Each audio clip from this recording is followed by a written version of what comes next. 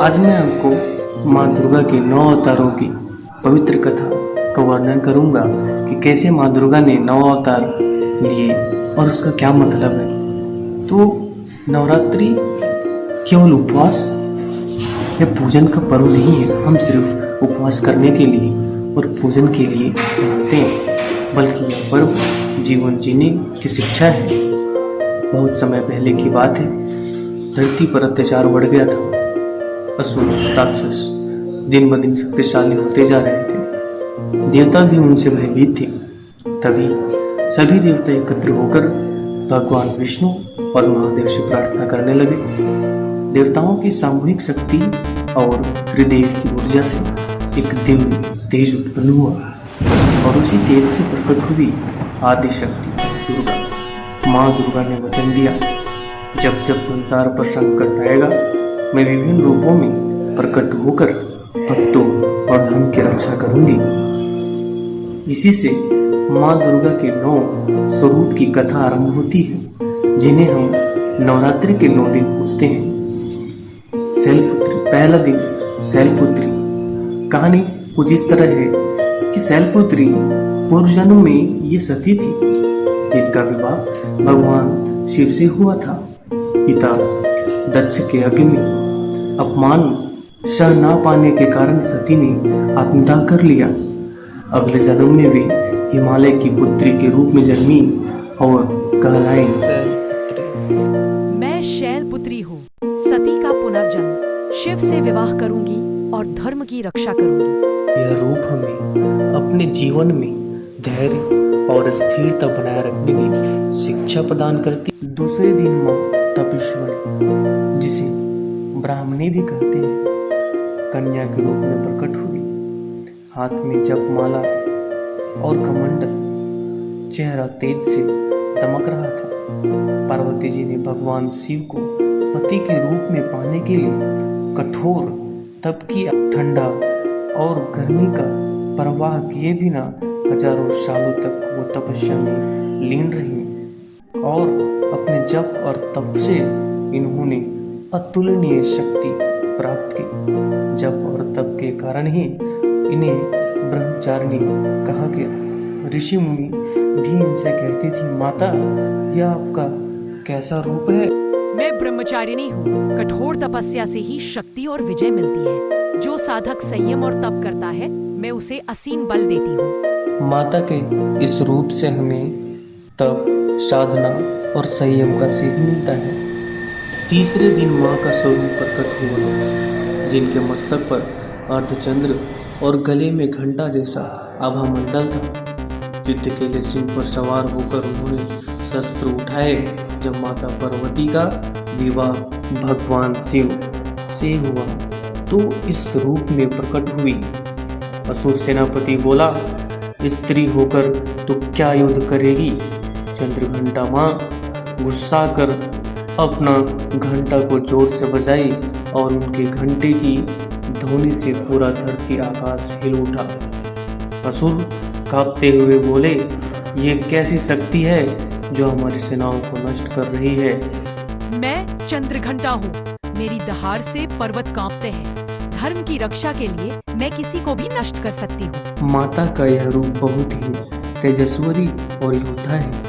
यह रूप हमें शौर्य और साहस प्रदान करता है। चौथे दिन माँ ने अपने सौम्य रूप से ब्रह्मांड की रचना की। कहा जाता है कि ब्रह्मांड की रचना जब शून्य और अंधकार में डूबी हुई थी, तब माँ ने एक हल्की मुस्कान के साथ ब्रह्मांड की उत्पत्ति की। सूर्य उत्पन्न हो गया। उनकी हल्की मुस्कान से अंधकार मिट गया और सूर्य चमकने लगा। देवता, ऋषि मुनि सभी आश्चर्यचकित हो गए। हाथ जोड़कर कहा, माँ आपकी मुस्कान से पूरा जगत जीवित हो उठा। सृष्टि का आरंभ हुआ, निर्माण हो गया। माते आप कौन हैं? मैं कूष्मांडा हूँ। थोड़ी सी ऊर्जा से भी बड़ा सृजन संभव है। यही सच्चा रहस्य है। माता का यह रूप हमें सृजन और ऊर्जा का महत्व बताता है। नवरात्रि के 5वें दिन माँ अपने पुत्र कार्तिकेय को गोद में लेकर प्रकट हुई। उनका वाहन सिंह था और चारों हाथों में शस्त्र और कमल थे। ये कमल पर विराजमान रहती है और भक्तों को असीम वात्सल्य और करुणा देती है। कार्तिकेय ने कहा, माँ, आपके साथ रहकर मैं असुरों का संहार करूंगा। माँ ने कहा, हाँ पुत्र, लेकिन याद रखो, विजय हमेशा धर्म और न्याय के पक्ष में होनी चाहिए। जब देवताओं और असुरों का युद्ध हुआ छिड़ा, तब माँ ने देवताओं को पुत्र कार्तिकेय दिया। वो अपने पुत्र को गोद में लेकर सिंह पर सवार रही। कार्तिकेय ने असुरों को हराया और देवताओं को विजय दिलाई। माँ के इस रूप से हमें ममता और कर्तव्य की प्रेरणा मिलती है। ऋषि कात्यायन की तपस्या से प्रसन्न होकर नवरात्र के छठे दिन माँ ऋषि कात्यायन के घर जन्म लेती है। उन्होंने महिषासुर के अत्याचार से त्रस्त संसार की रक्षा का वचन दिया और युद्ध भूमि में सिंह पर सवार होकर तलवार थामे गर्जना करती रही। इसी रूप में उन्होंने भयानक दैत्यराज महिषासुर से युद्ध किया। महिषासुर ने युद्ध में कहा, देवी, तुम मुझे क्या ही कर सकती हो? मैं अजय हूँ, मुझे कोई नहीं मार सकती है। माता ने गरज कर उत्तर दिया, मैं कात्यायनी हूँ, तेरे अन्याय का अंत आज होगा। माता के इस रूप से हमें अन्याय और अत्याचार के खिलाफ लड़ने का साहस मिलता है। नवरात्र के 7वें दिन माँ ने भयानक रूप धारण किया। खुले बाल, चेहरा काला। माँ का यह रूप सबसे भयंकर और शक्तिशाली था। यह अंधकार को भी नष्ट कर देती है और वाहन गधा है। माँ ने इसी रूप में राक्षसों का संहार किया जब वे गांव को उजाड़ना शुरू किए थे। लेकिन माँ अपने भक्तों के लिए अत्यंत शुभ है। भक्त डर कर बोले, माँ, यह कैसा भयानक रूप है? मैं कालरात्रि हूँ, दुष्टों के लिए काल और भक्तों के लिए रात्रि की तरह शांति। माता का यह रूप हमें सिखाता है कि साहस से अंधकार मिटाया जा सकता है।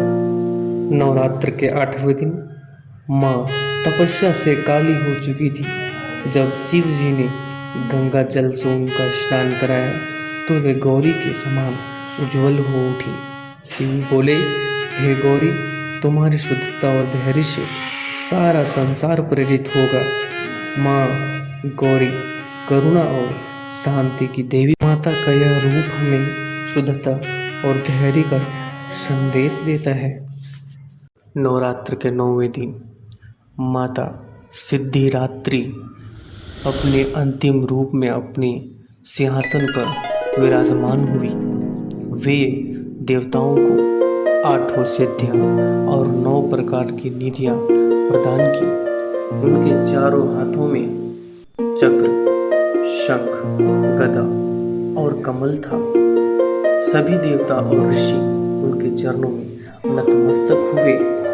माता देव, असुर और मनुष्य सबको वरदान देती थी। देवताओं ने कहा, माँ, आप ही हमारी शक्ति है, हमें ज्ञान और सिद्धियाँ प्रदान करें। माँ ने आशीर्वाद देते हुए कहा, मैं सिद्धिदात्री हूँ, जो भी भक्ति से मुझे याद करता है उसे हर प्रकार की सिद्धि प्राप्त होती है।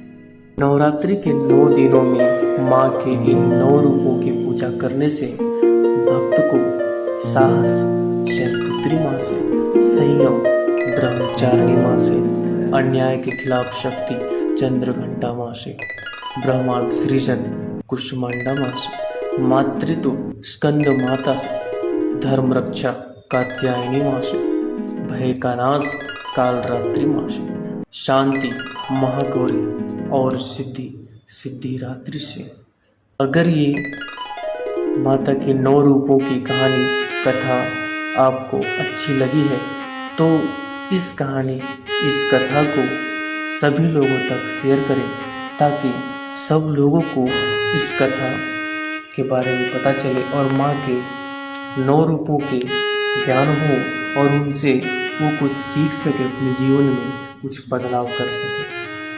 Thank you for watching this.